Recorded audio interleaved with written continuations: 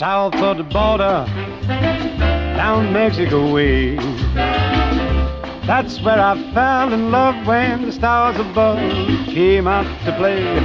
And now as I wander. Hello there, all you expat wannabes. I'm Johnny Mueller, and you're listening to the Expat Files, Living in Latin America, the show that tells you just what it's like to live, work, play, and or retire down here in Latin America. It's a mix of the good, the bad, the ugly, and the great, and it's all right here, so let's get started. All right, we're back again. You might get a little bit of the irritable, pissed off Johnny today. You'll see. I'm having that kind of day, you know? Anyway, at the end of the last show, we were talking about Mexico. Why many gringos you talk to who've been there or even have property and maybe are even retired there, they mostly think it's A-okay because they live in gringoized areas or resort areas, though most have never really visited other Latin countries to compare it with.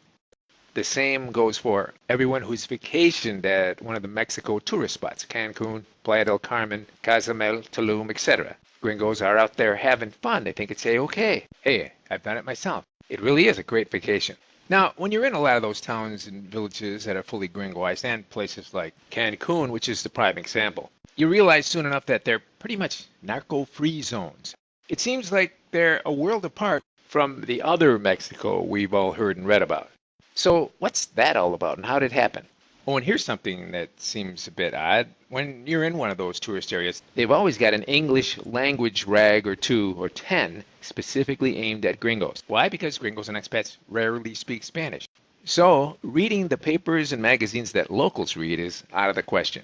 Now, if you're bilingual and pick up both versions, the local and the gringo version, you'll find they're completely different in their news content. For one thing, you'll find in all the English language rags lots of real estate ads.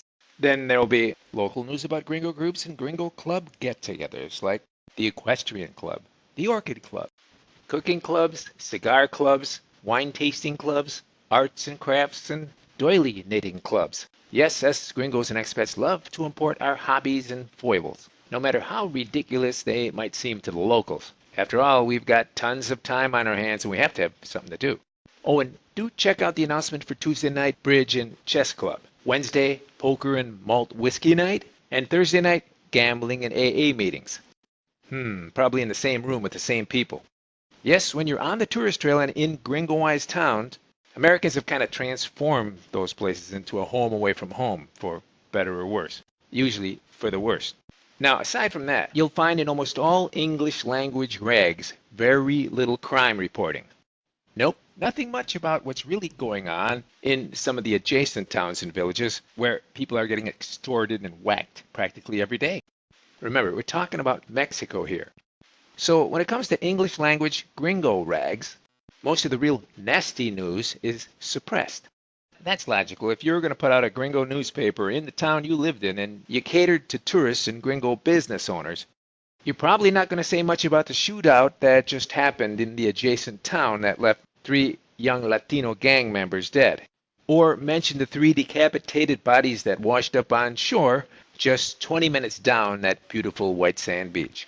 You see, the only way you're going to get the real news is by word of mouth or gossip, and you know what that's worth, or if you know enough Spanish to be able to read the local newspapers, which, believe me, in Mexico will scare the hell out of you.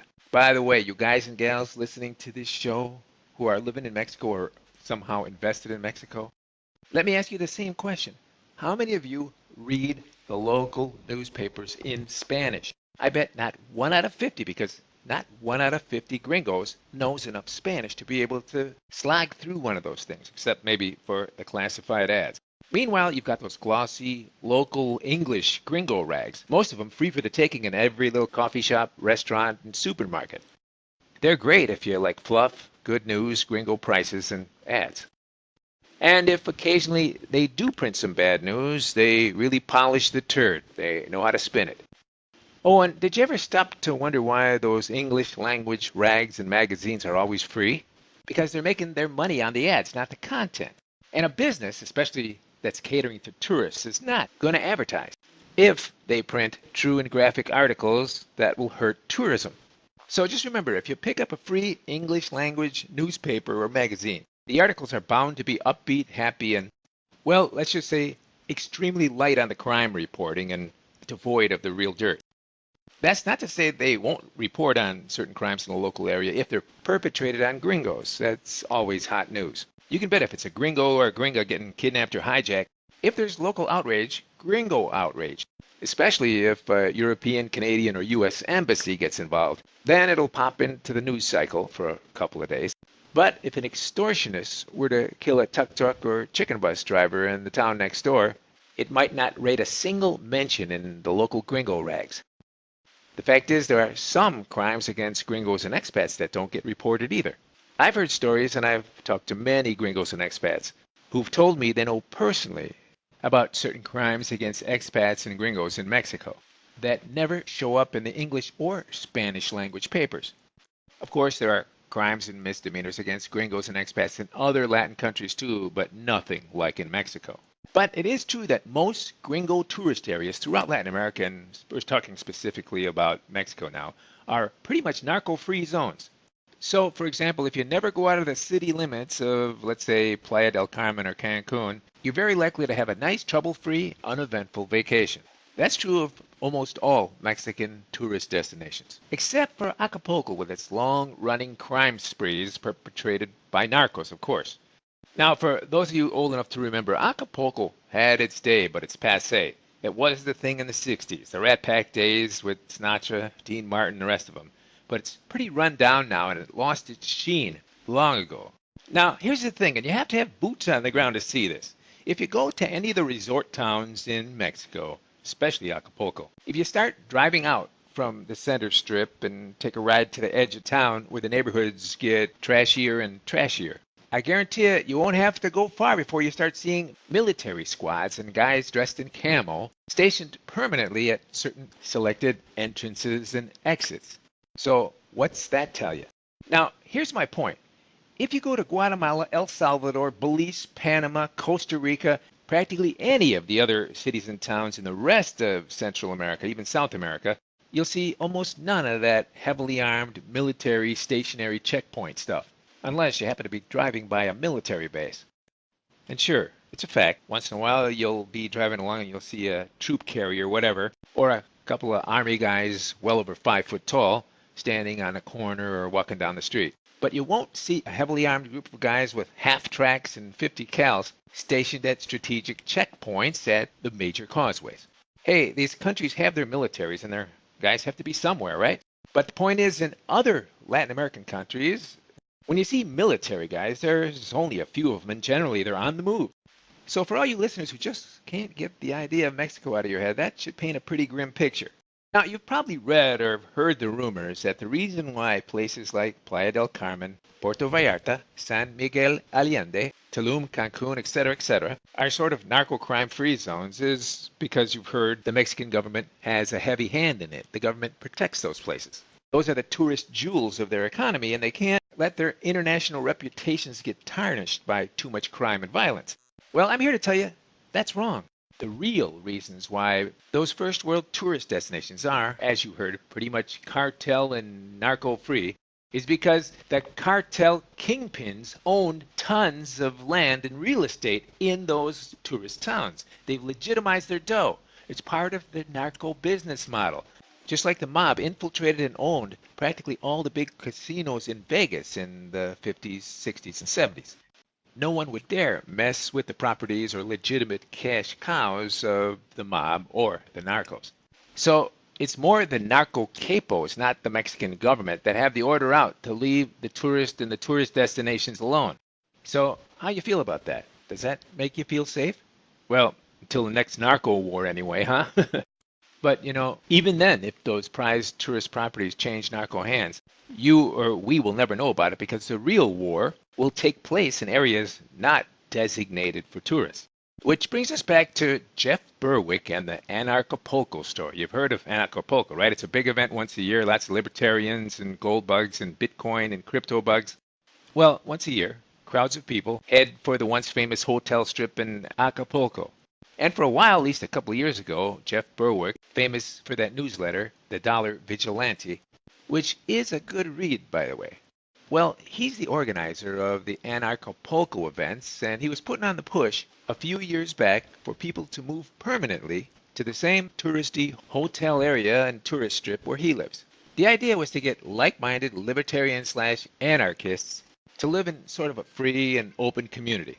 Well, a couple of years ago, when Berwick first put out the call, some people did ditch the States and ended up moving there. They say there were around 50 to 100 people in the first wave. But it turned out to be a hell of a bumpy road. There have even been some pretty good YouTube tell-alls and testimonials from people who moved there. At first, all so upbeat and excited when they first got down. Then there are YouTubes documenting what happened some months later, when reality set in and the rose-colored glasses came off, when it came to pass that there were a few assaults, some disappearances, even a gringo murder. Of course, these guys in Berwick and his crew were never good at keeping a low profile, and they did like their partying and drugs, so they really stuck out. Well, in the end, the whole idea of having an anarchist stronghold there kind of backfired and fizzled out. And there's not much talk about that anymore. Though the big yearly event Anarchapulco still takes place and it's pretty popular. They get some really good speakers there. Though it does have kind of that slimy backstory. It's even much worse than you've heard or the rumors you've heard. If you want to hear the real down and out dirt on this situation, send me an email, theexpatfiles@gmail.com, and I'll send you a link to the true sordid backstory behind this Anarchapulco thing. Oh, and just one more thing about Acapulco. Remember on the last show I mentioned that in Tijuana, the cops were so corrupt that the Mexican federal police came in and took all their guns away from them?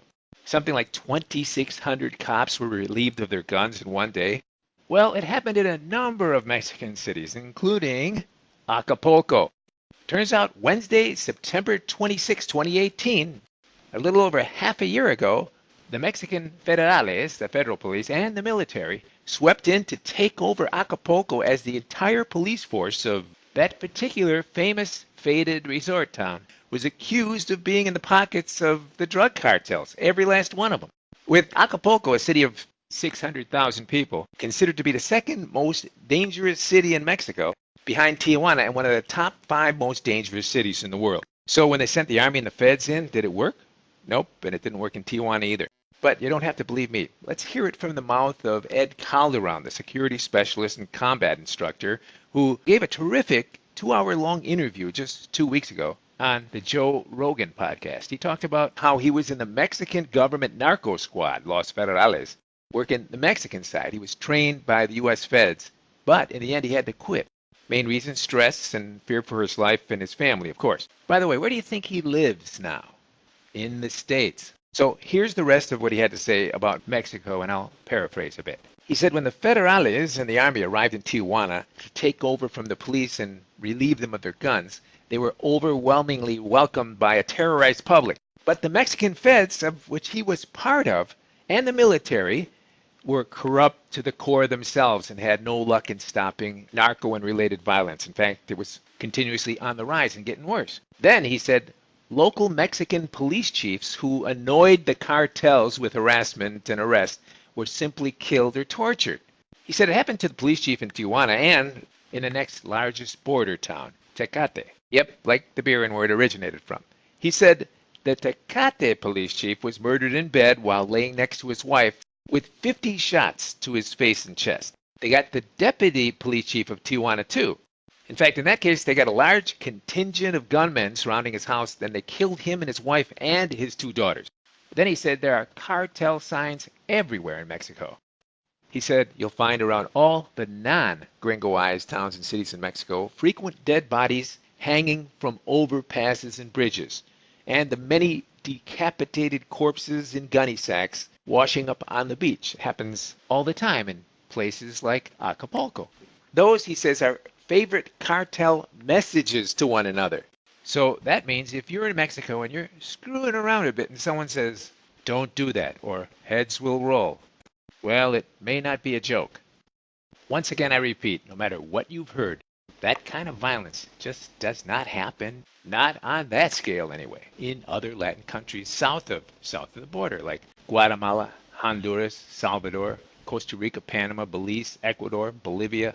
Sure, there's violence if you choose to hang out in crap neighborhoods, or if you like going out, getting blitz and looking for drugs, that'll bring you into crap neighborhoods too, and in contact with some pretty low-life characters. Funny thing, though, many backpackers hang out in crap neighborhoods because, hell, the hostels are dirt cheap. Why wouldn't they be? Yet for all the backpackers taking their chances, you hardly ever hear of them getting assaulted or kidnapped. Well, robbed on occasion, penny ante stuff usually. Then there's backpacker on backpacker crime. Yeah, I've heard about that. But still, for the amount of cheap-ass backpackers you see in really iffy places, they have some kind of luck. Actually, they say God protects babies, drunks, old people, and backpackers, right? Must be true. Unless those backpackers happen to be tall, translucent, white Scandinavian women hitchhiking in pairs. You see those all the time. Hitchhiking even, on desolate roads. I've seen it myself a number of times. Yes, an idiotic move to be sure, but who's not going to pick them up? And they love hiking through the jungle and up volcanoes and such. Alone and sometimes in pairs. A very stupid thing to do. Unless you're in the Colorado or Canadian Rockies or the Austrian Alps. And even then, you hear stories.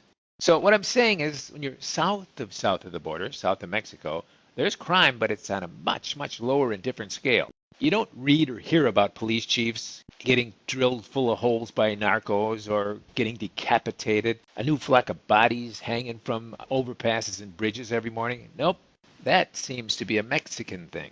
However, I do have to say there are an awful lot of shootings, muggings, and stabbings during the election season in any Latin country. Thank God it's only politicians slaughtering each other, and that's a good thing, right? In Latin America, that's the normal way politicians will cull the herd. And that just shows you really how important those political jobs are. Yep, politicians are willing to kill each other just to move up a notch in their polling position. Of course, we know why that is. It's because when you get elected to politics in Latin America, you, your friends, and your family are set for life. That is, the life of the politician patriarch in the family. That's why a lot of these guys get bumped off.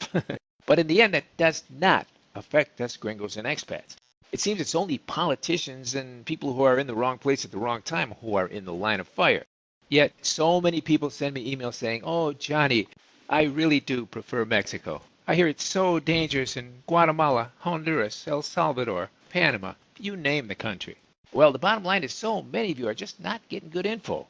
You're reading too many conflicting blogs and seeing too many YouTubes. You're just not getting quality boots on the ground. Or sandals or flip-flops on the ground if you're a backpacker. So anyway, once again, Mexico, nice place to visit, go on vacation, but I wouldn't want to live or invest there. I know, I'm going to get emails from people saying, "Johnny, but I have it swell down here. Got my condo, apartment, homestead, whatever. The living's cheap and easy, and there really isn't much crime at all, not where I'm at." Well, I say, okay, good. I'm happy for you. But just remember one thing. As the US, Canada, Europe, and the other parts of the first world start legalizing cannabis and other drugs, that's starting to affect the narco bottom line. So they're changing their business model. That means in Mexico, they're replacing the marijuana crops with poppy fields for the heroin trade. They're producing massive amounts of amphetamines, and they're mixed up in the oil pipeline and tanker theft process. Then there's the extortion and kidnapping racket, and that's where gringos and expats come in. And since, as you've heard, practically all the cops and politicians are on the take, no matter how you feel about your little paradise in Mexico, things will not get better, nor will they remain the same. Now, if that was just my opinion, sure, I could be wrong. But with 28 years of boots on the ground here in Latin America now, well, who are you going to believe?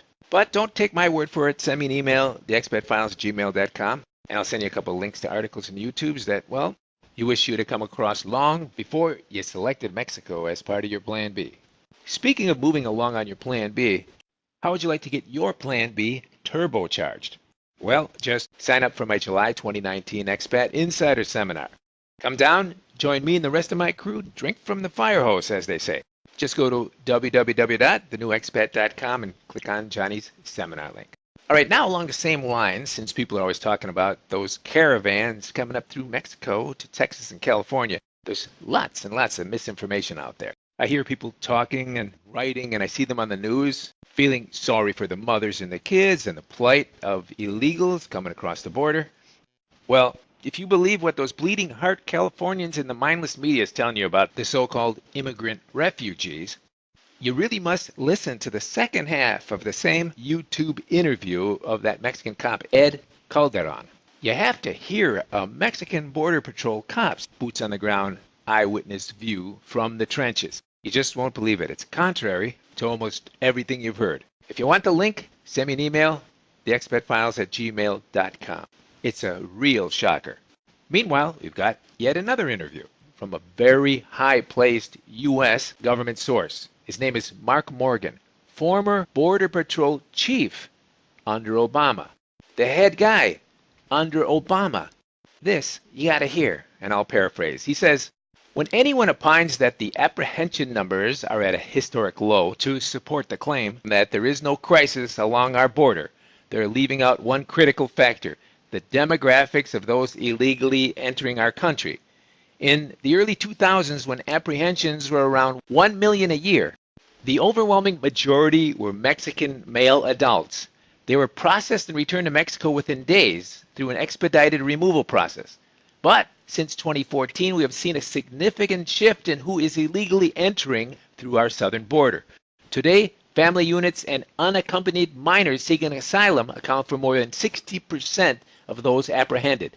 The essential difference is they are not removed. They remain in the U.S. through our country's broken asylum system. This new demographic of illegal aliens are caught and released into cities throughout the country. So even though last year, in 2018, the apprehensions dropped to 400,000, the number of illegal aliens allowed into the United States has actually increased from a decade ago. Then he says, in recent months, even the overall numbers are climbing back to the dangerously high levels of the past, and almost none of these are coming here and getting deported. He says back during the years when there were over 1 million apprehensions a year, all but 100,000 were returned expeditiously. Now, over 500,000 a year will get to stay. Then in this article, there are some statements from Customs and Border Patrol agents. One says, you can imagine the confusion when these illegals land in O'Hare in Chicago and have to find the gates for their connecting flights to Newark, Dulles, etc., because they're being shifted around. For weeks, they've been following orders from coyotes south of the border. Then the Customs and Border Patrol agents do a catch and release, and suddenly they're on their own and become completely lost. Another customs agent said, a father from Honduras sat next to me on the plane, and he said his 14-year-old son and he had been routed by Customs and Border Patrol to Harrisonburg, Virginia. They had crossed into El Paso and were picked up and put on a plane in less than 48 hours. The Customs and Border Patrol people have to move people around to distant cities because there's no place or holding centers for the huge number of people they're seeing, hundreds of thousands a month. All right. Then we have this report from Todd Benisman. He's from the Center of Immigration Studies and Border Intelligence for the Texas Department of Public Safety. In his interviews with U.S. Customs agents and U.S. asylum officers, they talk about the magic phrase on the immigration forms called, quote, credible fear, unquote. He says that agents repeatedly tell him, we are under orders to grant credible fear in the high 90 percentile to all migrants with children and release them within 10 days. The fraud coaching, you got that now? Fraud coaching is so rampant and obvious that 75% of my team has quit in disgust. It's catch and release in full swing. Then he said, migrants with kids first tell Border Patrol agents they're coming to the U.S. for work. That's a deportable claim. We can send them right back. But then pro-migrant group lawyers who arrive on the scene give them fake stories to tell of government persecution in their home countries to get us to check the credible fear box on the asylum form. Then we have another U.S. asylum officer quoted as saying, elective LASIK surgery is offered to all female migrants in family detention centers, and their children are given braces at no cost. Then, because of the catch and release protocol, they're released into the interior of the states. Migrants then call home with the news of these incredible benefits, and the rush goes on. Then we've got another U.S. asylum officer saying they've learned a script that works. Then they tell us the same persecution details over and over again. It goes like this. A hometown cop made me sell drugs and then beat me. That represents government persecution. So we check the credible fear box. Then he says we have hundreds of Latina moms all suddenly gay. The credible fear box is checked yes every time. With, he says, the vast majority of Central Americans coming through the Texas office totally illiterate or with no or very low education. With, get this, large numbers of indigenous Central American Indians who don't even speak Spanish. No interpreters for their language, and there's dozens of languages. So it's catch and release for them with no interview at all. Not to mention many of the poor indigenous people are coming from countries that are dealing with major outbreaks of diseases we eradicated a long time ago. All right, enough said about that. Depressed yet? Okay, let's yank the steering wheel a bit here. We have this email from Kimmy. She says, Dear Johnny, been reading that Costa Rica supplies 100% of its own geothermal energy. If that's true, it's a very progressive country. They seem to be ahead of most first world countries. What's not to like about that? All right, Kimmy, here's my response. Yes, it's true Costa Rica provides all its own hydrothermal electric energy. It's great PR, and because of that, they like to spread their press releases far and wide. But here's what you didn't know. The Costa Rican state company that holds the monopoly on energy production, called the Costa Rican Institute of Electricity, ICE. Now, where have you heard that acronym before? Anyway, the Costa Rican government owns all electric production and distribution. And because they don't have the investment capacity or know-how necessary for development of the latest generation of solar and wind renewable energy processes, even though it has all the necessary primary conditions, sun, wind, thermal, etc., and though Costa Rican people and the government love to boast in their ads and promotions that they are world leaders in renewable energy, what they avoid telling you is they've got the highest electric rates in all of Latin America and the highest gas prices. In fact, Costa Rica's own investment promotion agency, CINDE, says in the last 5 years, Costa Rica was to receive more than $1 billion in direct foreign investments from companies interested in partnering up with renewable electric plants, wind and solar. However, due to the fact that the Costa Rican government owns the electric power generation and the grid, private investors are not allowed to build large-scale generation plants and sell electricity to the public. I could be wrong, but it almost sounds as if socialism doesn't work. You've been listening to the Expat Files, Living in Latin America. If you need some help with your own Plan B, you can schedule a one-on-one phone call with me. But first, download my free Plan B questionnaire at www.thenewexpat.com. Better yet, if you want to get your Plan B going from right up there in the States, just sign up for my 9-hour Expat Essentials course. Get the perfect Plan B blueprint by going to theexpatfiles.com/academy. Nos vemos.